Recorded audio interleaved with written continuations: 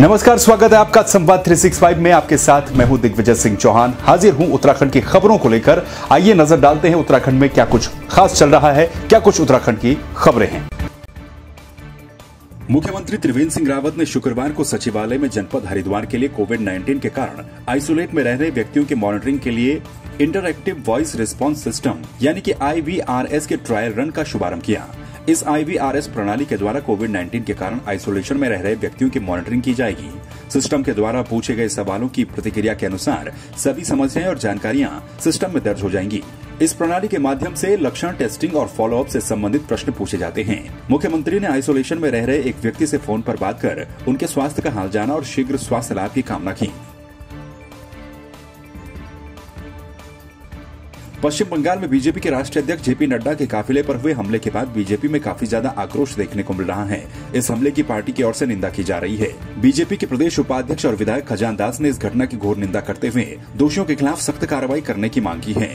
इस दौरान खजान दास ने पश्चिम बंगाल की मुख्यमंत्री ममता बनर्जी पर जमकर निशाना साधते हुए कहा कि बंगाल सरकार की ओर से लोगों को उकसाया जा रहा है और इसका जवाब आगामी चुनाव में पश्चिम बंगाल की जनता जरूर देगी। कुल मिलाकर के जो पश्चिम बंगाल में जो घटना घटित हुई है ये दुर्भाग्यपूर्ण है।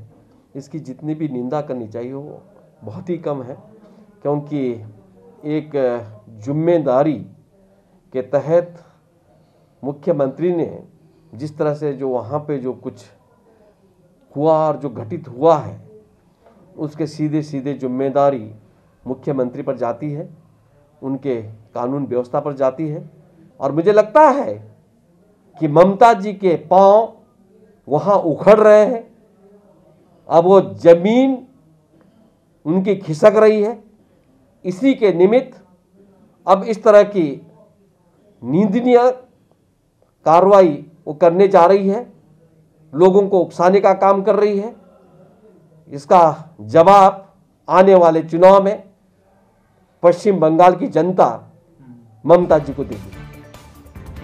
राजधानी देहरादून के कोतवाली नगर इलाके में स्थित परिवहन विभाग के वर्कशॉप में आग लगने से अफरा तफरी मच गई, जिसके बाद कंट्रोल रूम की सूचना के बाद दमकल विभाग की गाड़ियां मौके पर पहुंची, जिससे आग पर काबू पाया गया। मौजूदा लोगों के अनुसार बारात में आतिशबाजी के चलते परिवहन विभाग के बाहर रखे कूड़ेदान में आग लगने से वर्कशॉप तक भी आग पहुंच गई। धर्मनगरी हरिद्वार में कोरोना वायरस का संक्रमण लगातार जारी है। पिछले कुछ दिनों से मामले बढ़े हैं, जो कि चिंता का विषय है। कोरोना वायरस के संक्रमण की स्थिति को देखते हुए स्वास्थ्य विभाग की ओर से लोगों को कोविड-19 के नियमों का पालन करने की अपील की जा रही है। हमारे लिए बहुत बड़ी चुनौती है जो कोरोना का, जैसे बीच में तो पहले काफ़ी ज़्यादा केस आ रहे थे हरिद्वार जिले में, जिसमें हमने काफ़ी ज़्यादा सैम्पलिंग की। DM सर का भी काफ़ी अच्छा इंस्ट्रक्शन था, जो लोगों ने उसका पालन किया और हमारी सैम्पलिंग लगभग अभी 2500 से लेके 3000 तक का पर डे का हो रहा है। तो उसके लिए हम लोग जैसे अभी बीच में तो पहले जितना ज़्यादा आ रहे थे तो बीच में काफ़ी कम हो गए थे, लेकिन इधर थोड़ा सा बढ़ा है।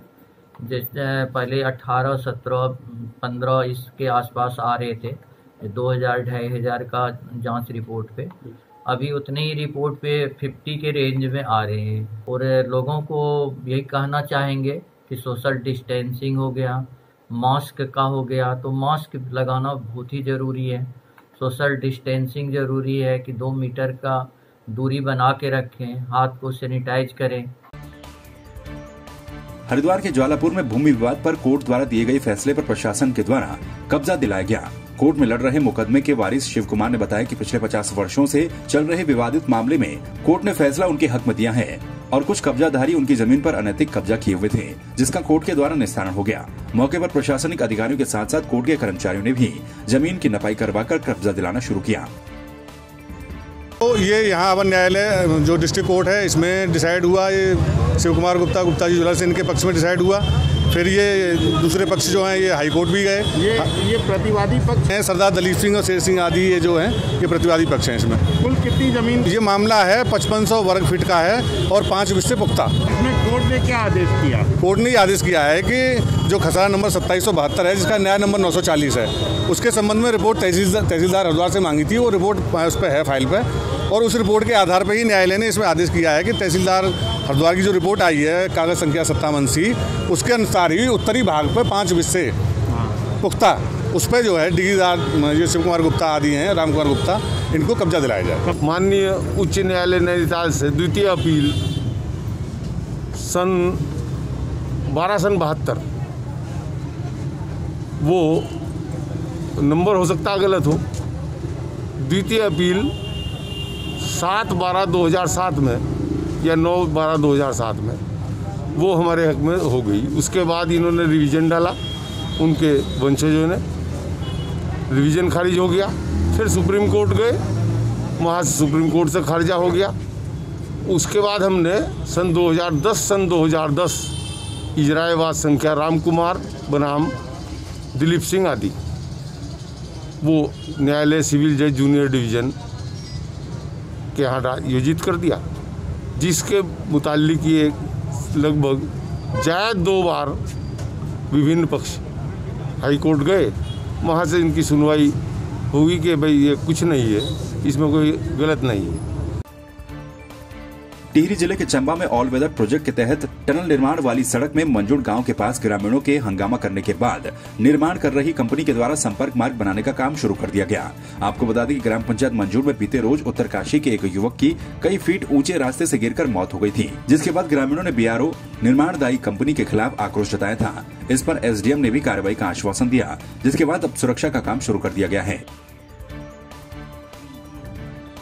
बीजेपी के राष्ट्रीय अध्यक्ष जेपी नड्डा पर पश्चिम बंगाल में हुए हमले के विरोध में टिहरी जिला मुख्यालय के हनुमान चौक पर बीजेपी कार्यकर्ताओं के द्वारा ममता बनर्जी का पुतला दहन किया गया। साथ ही उन्होंने कहा कि ममता सरकार को बर्खास्त कर देना चाहिए। पश्चिम बंगाल में ममता बनर्जी की जो सरकार है और उसके जो गुंडे हैं, उनके जो कार्यकर्ता है, उनके कार्यकर्ताओं के द्वारा भारतीय जनता पार्टी के राष्ट्रीय अध्यक्ष और हमारे भारतीय जनता पार्टी के विभिन्न कार्यकर्ताओं की गाड़ी पर ममता बनर्जी के कार्यकर्ताओं ने जो पथराव किया, उसके विरोध में आज भारतीय जनता पार्टी ओबीसी मोर्चे के नेतृत्व में सभी जिला मुख्यालयों पर पुतला दहन का कार्यक्रम किया गया। और उसी में जो युवा मोर्चे के कार्यकर्ताओं ने आज जिलाधिकारी के माध्यम से ज्ञापन दिया है कि ममता बनर्जी सरकार को तत्काल बर्खास्त किया जाए। जूना अखाड़े के हिमालयन योगी और पिथौरागढ़ के वरिष्ठ बीजेपी नेता स्वामी वीरेंद्रानंद महाराज ने हरिद्वार में कुंभ मेलाधिकारी दीपक रावत से मुलाकात की। दोनों के बीच महाकुंभ की तैयारियों पर गहन चर्चा की गई। इस दौरान उन्होंने हरिद्वार महाकुंभ की युद्ध स्तर पर की जा रही तैयारियों पर खुशी जताई। साथ ही जूना अखाड़े की ओर से पूर्ण सहयोग का भी आश्वासन दिया। स्वामी वीरेंद्रानंद महाराज पिछले 1 महीने से हरिद्वार में महाकुंभ की तैयारियों में जुटे हुए हैं।